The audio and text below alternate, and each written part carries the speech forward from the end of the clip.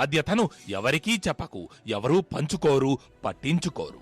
గెలుపు కన్నా గొప్ప ప్రతీకారం ఏదీ ఉండదు. నాకే ఎందుకు అనుకుంటే నువ్వు మాత్రమే దాన్ని దాటగలవనేమో. పరిగెడితే కూడా అందని గెలుపు కోసం పడుకొని కలలుకంటున్నావా? ప్రతి ఉదయం లే, పోరాడు అని ఎవరు చెబుతారు? ఒక్క నీకు నువ్వు తప్ప. మిత్రమా, ఎలా తట్టుకున్నావో, ఎలా నెట్టుకొస్తున్నావో నీకు మాత్రమే తెలుసు. ఇప్పుడొచ్చిన సమస్య అంత పెద్దది కాదు, ఇంతకు ముందు కంటే గొప్పది కాదు.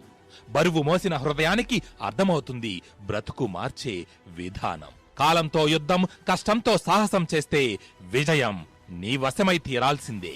బలంగా నమ్మితే సరిపోదు, బలహీనతను వదిలితేనే బ్రతుకు మారుతుంది. వర్తమానం వేధిస్తోందంటే భవిష్యత్తు బాగుంటుందనే అర్థం. రేపు నిన్నలా ఉండకూడదంటే నేడు ఎంతలా కష్టపడాలో ఒక్కసారి, ఒకే ఒక్కసారి ఆలోచించు.